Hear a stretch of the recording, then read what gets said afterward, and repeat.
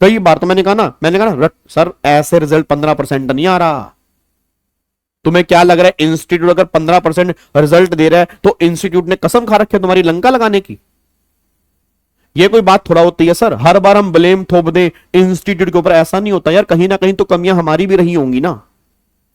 अब एक बात बताओ, हम 3% के अंदर पास हो गए, मेरी वाइफ का 3% के अंदर रैंक आ गया, मैं ये नहीं कह रहा हम इंटेलिजेंट, हमसे नालायक बच्चा नहीं हो सकता, बट 3% रिजल्ट आया तो बच्चे उस 3% के अंदर भी पास हुए ना। मान सकते हैं 5-10% बच्चा लक की वजह से हेर फेर हो रहा है, चलो कि चलो किस्मत थोड़ी बहुत रह गई होगी उसकी, थोड़ा बहुत वो 5-10% के अंदर रुक गया होगा, वो डिजर्विंग था बट वो पास नहीं हुआ। बट जो बाकी 70% बच्चे है ना, वो बहुत गलत उम्मीद करके बैठे है कि हम इंस्टीट्यूट की वजह से फेल हो रहे हैं। नहीं, आप जब गलत लिख के आओगे तो भाई नंबर क्यों मिलेंगे? एक बच्चे ने मुझे मार्कशीट दिखाई, आपको मैंने पहले ही बताया था, एक बच्चे ने मार्कशीट दिखाई, कह रहा सारा कुछ लिखा है, एक एक पॉइंट लिखा है, सेम कॉपी किया, नंबर मुझे 35 आए हैं। मैं कहा बेटे शुक्र है 35 आए हैं, एक बार चेक कर तूने क्या लिखा है। मतलब वो क्वेश्चन में कह रहा है नेट जीएसटी लाइबिलिटी बता दो, नेट जीएसटी लाइबिलिटी। याद हमने क्वेश्चन किया था आईटीसी वाले, outward supply, inward supply, outward में से इनवर्ड माइनस करके नेट जीएसटी निकलता है। वो बच्चा क्या लिख के आ रहा है, इनपुट टैक्स किसे कहते हैं, क्रेडिट लेने की कंडीशंस क्या क्या है, कहां कहां आईटीसी ब्लॉक होता है, आईटीसी यूज कैसे करते हैं। अब बताओ यार, भाई फ्री में थोड़ा नंबर बांटेंगे यार, आप समझा करो, इंस्टीट्यूट अगर तुम्हें फ्री में नंबर बांटेगा, पास तो तुम हो जाओगे, आगे जाके जब तुम्हें दिक्कत आएगी तो नाम खराब तुम्हारा तो होगा, इंस्टीट्यूट का भी होगा कि भाई ये कैसे कैसे बच्चे बना रहे हैं यार, इनको तो उस लेवल की नॉलेज ही नहीं है, ये तो कुछ भी बोलते हैं और इनको पास कर दिया, तो गुडविल वहां पे खराब होती है इंस्टीट्यूट की। तो हर चीज पे ब्लेम नहीं थोपा करते। जो इंसान एक्सक्यूजेस देना और ब्लेम थोपना बंद कर देता है, वो ये लगा लो वो पास होने के बहुत नजदीक खड़ा है। मैं तुम्हें आज बता रहा हूं, बहुत नजदीक खड़ा है। और जो इंसान के एक्सक्यूजेस और ब्लेम कभी खत्म नहीं होंगे, वो हमेशा पीछे ही जाएगा, उसको लगेगा वो आगे जा रहा है, नहीं, वो क्या कर रहा है, अपना बर्डन यहां से उतार के किसी दूसरे पे थोप रहा है, यही तो कर रहा है ना वो, और क्या कर रहा है बताओ। क्यों फेल हो गया?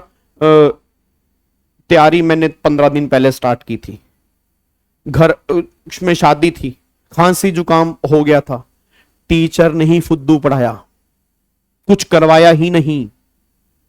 आप समझ रहे हो, हर बात पे दूसरा बंदा आ रहा है। शादी हो गई तो शादी करने वाले की दिक्कत तुमने बोल दी, उसकी शादी हो गई, भाई नहीं जाता शादी पे, किसने कहा था? डॉक्टर ने कहा था शादी पे जाना है। खांसी जुकाम हो गया तो खांसी जुकाम होने से जो पिछले 9 महीने पढ़ाई की तूने, 10 दिन में खांसी जुकाम हो गया, पिछले 9 महीने कहां चले गए भाई? 9 महीने कुछ भी नहीं पढ़ा, कुछ तो पढ़ा होगा। सीएस में एक बच्चे का ऑल ओवर इंडिया रैंक बनाया, यूट्यूब पर मेरी वीडियो पड़ी हुई है, उसका 500 लेवल शुगर होता है, 500 लेवल शुगर। आप इमेजिन करें, 500 लेवल शुगर, डेली इंसुलिन के इंजेक्शन लगते हैं, उसको ऑल ओवर इंडिया रैंक बनाया सर। आप चेक करना उसका नाम, ऑल ओवर इंडिया रैंक 1 का मैं नाम ध्यान नहीं आ रहा मेरे को, वो मेरी टेक्स्ट की स्टूडेंट थी, मैंने उस यूट्यूब पे वीडियो बना के डाली है। 500 लेवल शुगर यार, तो वो भी तो लोग कर रहे हैं, हम तो एक्सक्यूज देते मर जाएंगे बस। कईयों के तो एक्सक्यूज ही खत्म नहीं हो रहे, ये नहीं है, वो नहीं है, ये नहीं हो पाया, वो नहीं हो पाया, इसलिए नहीं कर पाया, उसलिए नहीं कर पाया, बस एक्सक्यूज देते रहो, बहाने बनाते रहो, फेल होते रहो। जिसने पास होना है मैं लिख लो, जिसने पास होना है, अगर वो अपने ऊपर ब्लेम लेना स्टार्ट कर देगा, वो पास होने के बहुत नजदीक खड़ा है। क्योंकि जब तक तुम अपने ऊपर ब्लेम नहीं लोगे, तुम्हें अपनी कमियां समझ में नहीं आएंगी, जब तक अपनी कमियां समझ में नहीं आएंगी तुम पास नहीं हो सकते।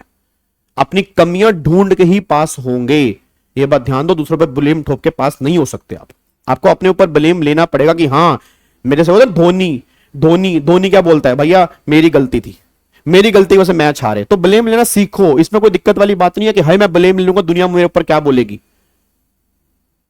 प्रॉब्लम तो ये ना कि हम अपनी ईगो के अंदर इतने रहते हैं कि हम ब्लेम थोपना स्टार्ट कर देते हैं, तो वो चीजें कम करनी पड़ेंगी अगर आपको पास होना है तो। नहीं तो 3% के अंदर भी रिजल्ट आ रहा है सर, 1% के अंदर भी रिजल्ट आ रहा है, उसमें भी रैंक आ रहे हैं, उसके अंदर ही पास होने, तो वो बच्चे अलग से नहीं है, उनको बस एक चीज पता है कि हमें किसी को एक्सक्यूज नहीं देना, हमें किसी पर ब्लेम नहीं थोपने, बस वो पास हो जाते हैं। नहीं तो कई बच्चे पहले से ही एक प्रॉपर स्ट्रक्चर बना, जैसे मान लो सितंबर में एग्जाम आ रहे हैं, पहले से स्ट्रक्चर उनका बन रहा है, क्या क्या क्या प्रिपेयर कर रहे हैं यार, तैयारी नहीं है, घर में शादी आने वाली है, बीकॉम के एग्जाम है, बीकॉम के एग्जाम आने वाले हैं, घर में शादी है, तबीयत खराब सी लग रही है, एक बात बता, सितंबर में मान लो एग्जाम है, अगस्त में तेरे बीकॉम के एग्जाम है, तुझे अभी से पता है ना बीकॉम के एग्जाम है, तो भी डबल एफर्ट लगा ले।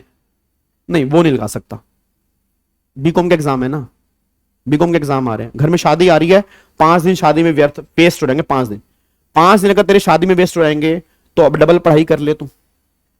1 घंटा अभी से अगर पढ़ना स्टार्ट करेगा, 5 दिन तो शादी में दे सकता, कोई दिक्कत, तुझे टेंशन ही नहीं होगी क्योंकि तू पहले पढ़ चुका होगा। नहीं वो भी नहीं कर सकता, 5 दिन शादी में वेस्ट हो जाएंगे मेरे। सब कुछ मैनेज होता है, मैंने कहा ना सब कुछ मैनेज होता है, आपको देखना पड़ेगा कि आप कर क्या रहे हैं। तुम्हें पता तुम्हारे बीकॉम के एग्जाम कब है, तुम्हें पता घर में शादी कब है, तबीयत का नहीं पता होता, बट बाकी सब तो पता ही होता है, उसके अकॉर्डिंग प्लान करो ना, वो नहीं करना बस।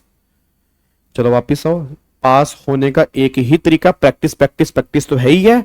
हम जितनी जल्दी अपनी कमियों को पहचाना खुद स्टार्ट कर देंगे उतनी जल्दी हम पास हो जाएंगे, बस ये पर ध्यान दो। ठीक है चलो वापिस आओ।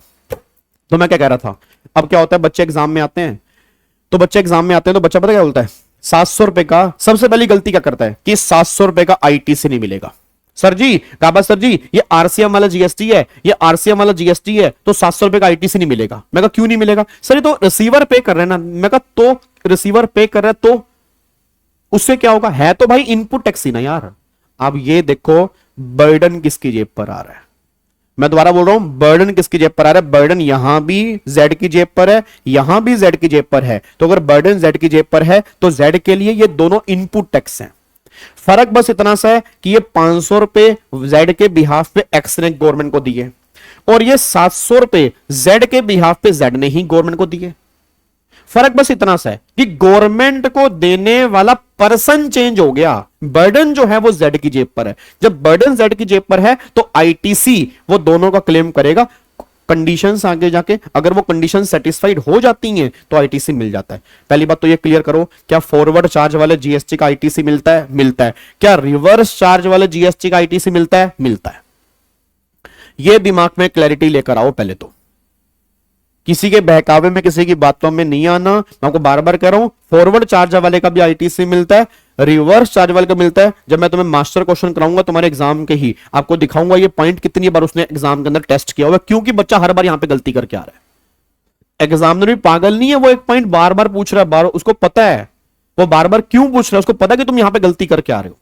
वो हर बार वही पॉइंट टेस्ट कर रहा है कि चल फिर दोबारा पॉइंट पे, और फिर बच्चा वही गलती करके आ रहा है।